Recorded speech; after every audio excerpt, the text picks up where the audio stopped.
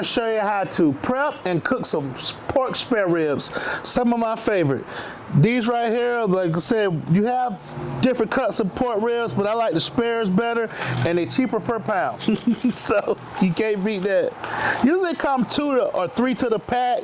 It's based on where you get them from. You get them from your local grocery store, local butcher. For us, we get them from a food distributor. You can go to Restaurant Depot. It's a lot of places. So let's start with the pork spare ribs. So from the pork spare ribs, you can get this, which is pretty big. To some people, like, what is that?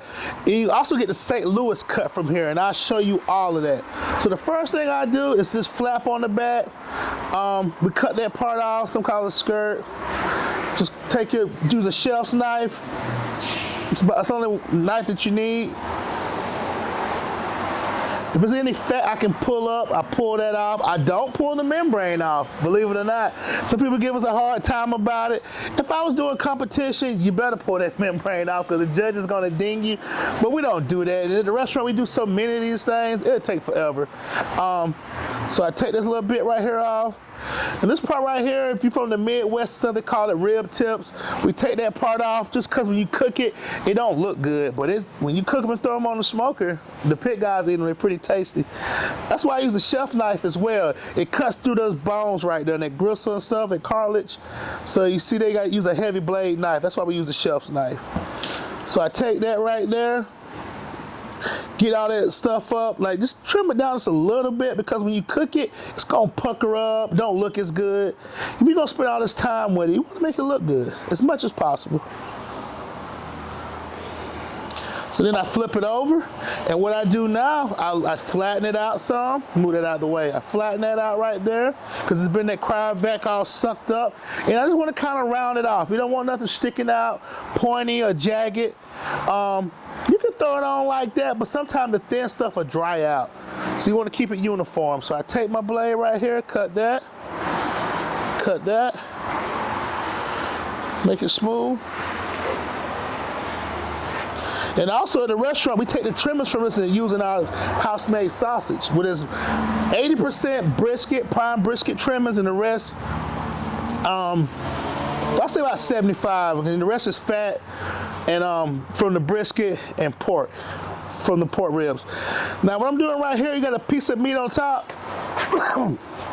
We're gonna cut that off. If you leave that big hunk of meat right there, when it cooks, it'll pucker up. And when it pucker up, it's like, okay, you might think it's good, but when you cut on that cutting board, it just come off the rib altogether, off the rib bone. And that doesn't look good. You can also, if you don't want to make sausage of it, you can grind this up in a food processor if you don't have a sausage grinder and make some, you use it for chili, you make pork burgers out of it. There's a lot of stuff you can do with that. Possibilities endless. You can season and put it in beans and stuff. Put it in soup. So get that right there. And like I was telling you earlier about the St. Louis cut, if you come a little bit closer through the camera, you can take it right here, you can cut that, just leave that whole rectangle and box it up. That's your St. Louis cut. But again, you lose all this good meat right here, so I wouldn't do that. And like I said, when you cut them on that cutting board, it looks so good, and they're very meaty.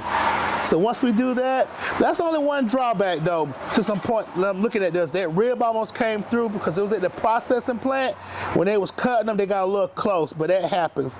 But you almost can see that rib bone right there. So now, once we do that, as always, I do my bottoms and my sides first. I give me a little cooking oil. I use canola, you can use olive oil, you use grapeseed oil, use avocado oil. We use canola oil, just a little bit. I know some people use mustard, there's nothing wrong with that. It gives a little more darker color. Like I said, not against it, sometimes it gets a little too dark. Then I take out Bobby's barbecue rub that you can find online. If you're local, you can go to our local grocery store, or you can come by the restaurant. Sprinkle that on there like that. You don't have to go, pork ribs are very thin, so you don't have to go too heavy. I have this saying that you can put seasoning on here, but you still should be able to identify what it is. It shouldn't be so much seasoning on there, you don't know what it is. It's not gonna take all of that, and it gets real salty.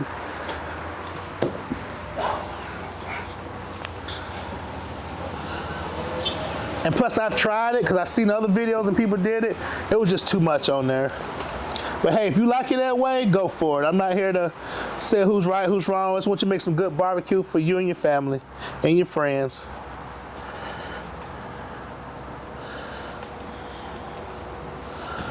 Pat it down like that.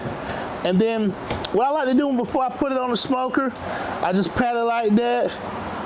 Just make sure it's rounded off. You don't want nothing sticking out. And typically what I like to do, on the first part of the cook, I put the thick side towards the firebox, because at times I put with the ribs stick out, the easy, like it comes to the edge, it can draw back a whole lot, and I don't really like that. Now, if one side cooking quicker than faster than the other, I will flip it like that. But this is facing the firebox, but for the most part, I put these on. And where our offset smokers are, we'll put like, so if this was the firebox, we will put it that way so that heat can hit it that way. I've had times when I've done it like this, if I got a ton to put on and the way they laid out, and this side's really thick, I do it that way. But typically what I do, if this side is real thin, you will get that sometimes. Well, this side is real thin, this side is real thick, I will put the thick part towards the middle of the smoker. So that's the way I put them on, and put that thin side towards the wall or towards the door. So that's the only time where the end of the ribs will face the firebox in that situation. But since these are pretty even going across, I'm gonna put them on that way. I'm just giving you a demonstration. When I put on the smoker, you know why I'm doing what I'm doing. All right, now we're gonna put these on the smoker. As you can see, you can still identify what you're putting it on. It's pork ribs. And that's enough, because you want an equal balance. You want to have 1 part meat, 1 part smoke, 1 part seasoning. You don't want to have it so much where you got one overpowering the other one. And I always try to, I end up sliding them, but you always want to pick them up like that. You don't want to, if you slide it on the grate, you knock all your seasoning off. I always pick it up. You just make sure they're laid out flat. You can, if anything poking out, you can kind of press it down, but that's how you want it.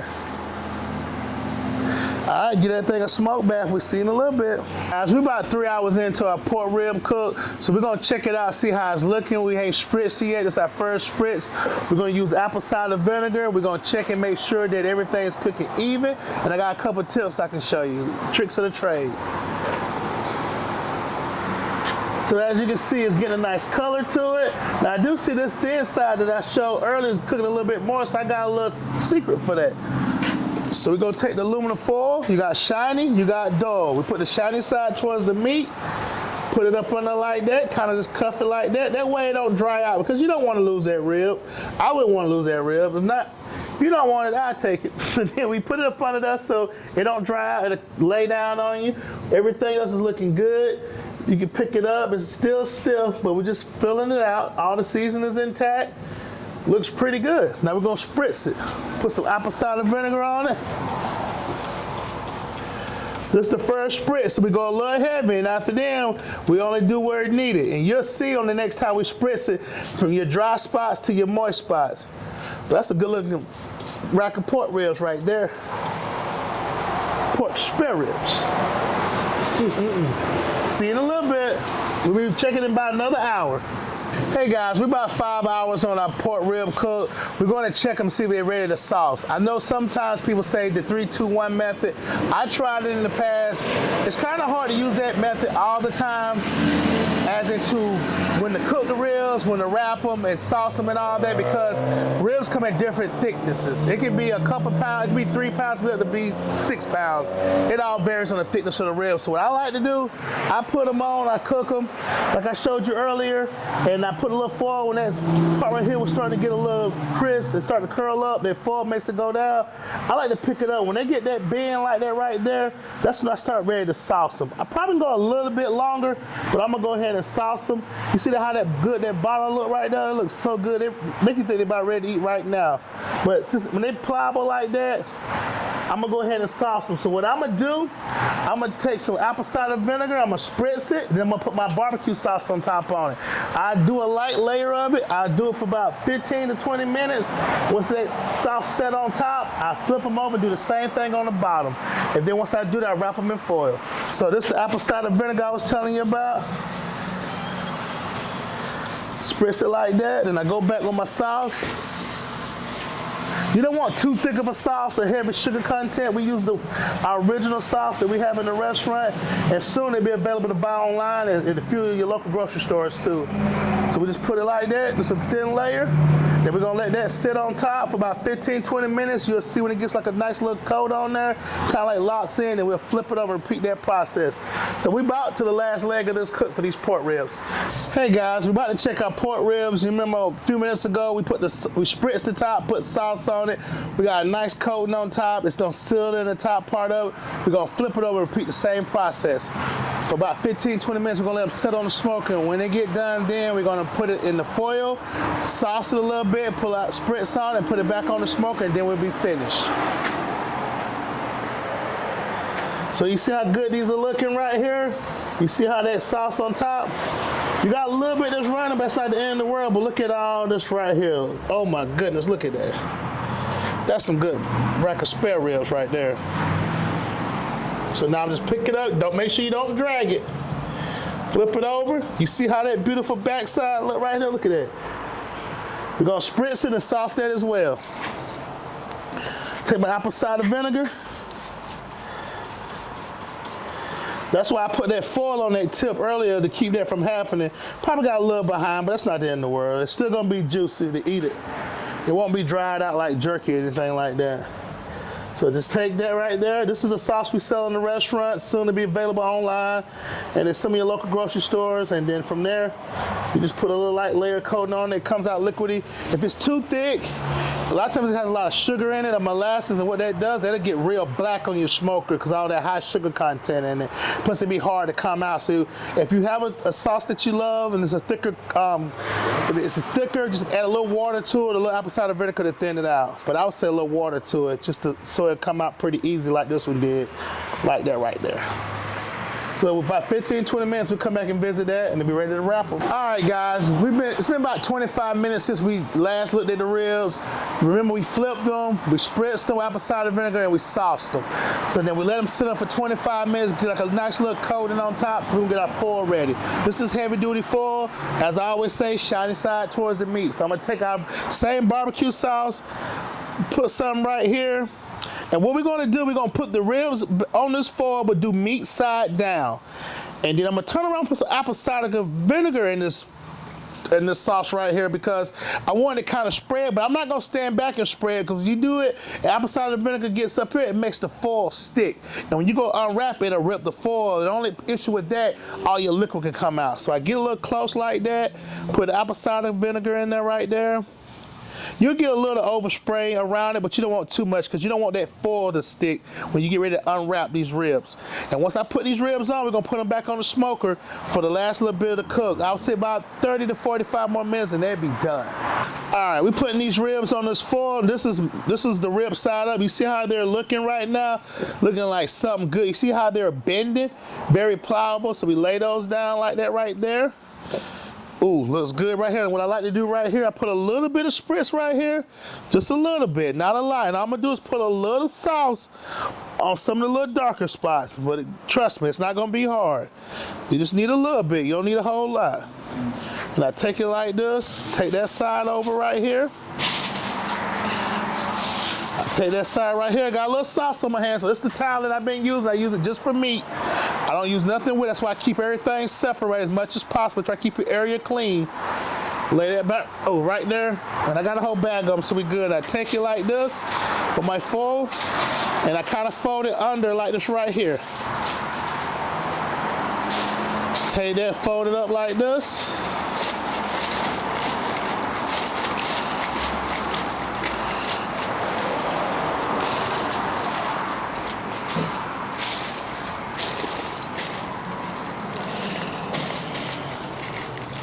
I'm gonna put them back on the smoker. Now you see how they already bending some right there? So it shouldn't have much longer. But I wanna get them, and what we'll do, when we open them up, we're gonna do an old school technique. If you a little bit older than me, we say a thing called home ec school. You take a toothpick when you're checking cakes and stuff like that, and you'll see if it's done. It's a simple toothpick method. So I put it back on the smoker. All right, so we just checked the pork ribs again. They're ready. Like I told you about the toothpick test. You open them up. You see how the foil didn't stick? That's why it says very important to make sure that we don't put apple cider everywhere. I made that mistake back in the day when I first started. But first of all, look how good these things look. I mean, like the toothpick go in there. Now, some of these ribs, the bones are close together, but you just hit between them. That toothpick going up very easy. I'm gonna let you see this side. Then I'm gonna turn it around and let you see the other side. And that's that. Oh my goodness. Like, look at that. And one thing we do at the restaurant, we have another little step we like to do. We call it the glaze, simple syrup. We make it in-house. What it is one part sugar to 2 parts water. We heat it up, melt it down, and my hands all greasified, but it'll be fine. So we take it like this. All that does is just lock all that flavor in, and believe it or not, you're gonna be like, oh man, that's gonna be super sweet. No, with that savory season, that smoke, that barbecue sauce, and put that on there, and we put it back down, when you bite into that rib, you're gonna taste all that first with a little sweet kiss at the end. It's all attention to detail. You know, any good barbecue, it's attention to detail, it's a lot of work into it, and that's why we do it. And when we that's when you go to the cutting board and we pull it out, and you see all that love on there, we cut those ribs, and they just be so good. So we was able to save that part right there on the end. Again, I just want you to take one more look at it. Oh my goodness. Now keep in mind, when you cooking these at home, again, we got a 1,000-gallon smoker. I'm gonna post a picture, let you see how big these smokers are. If you got a smaller smoker, you might not need to cook as hot. It might not take as long. That's why I showed you about picking it up, seeing how it bending in the early stages, getting the color that you want, and once you get past that, then we work with a toothpick. That way you kind of have a gauge. There's no set time on it. Never have, never will, not for me. I've tried it. It's not like I'm knocking anybody else's method. It just didn't work for me. And another thing, when you're ready to pull it, you see how limber this is? You see how it's bending? That's another tell like it's about ready. And you might have 1 or 2 kind of stall out, those real thick ones in the middle, but when we put this back in the warmer, let it rest a little bit, it usually carries over and all that stuff is taken care of. So, man, I can't wait to eat these right here.